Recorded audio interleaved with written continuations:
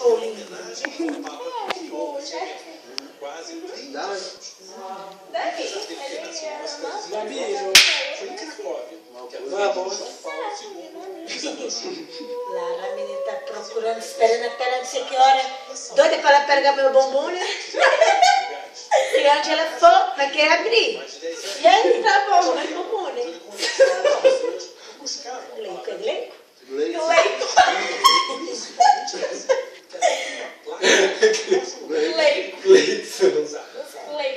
Vamos todos lá, escrevem bombons. Você, que daqui porquinho ela quer dormir, né? Pois ela assistiu Para aquela cabeça na chão. O Papa Francisco vai se sentir em casa, assim como todos que passam por aqui.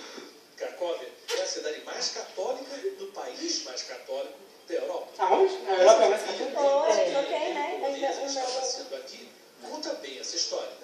Os pais do Miroslav eram poloneses e ele veio estudar. Vamos lá descabar o link de novo. Aqui conheceu a mulher do Vicar, se casaram.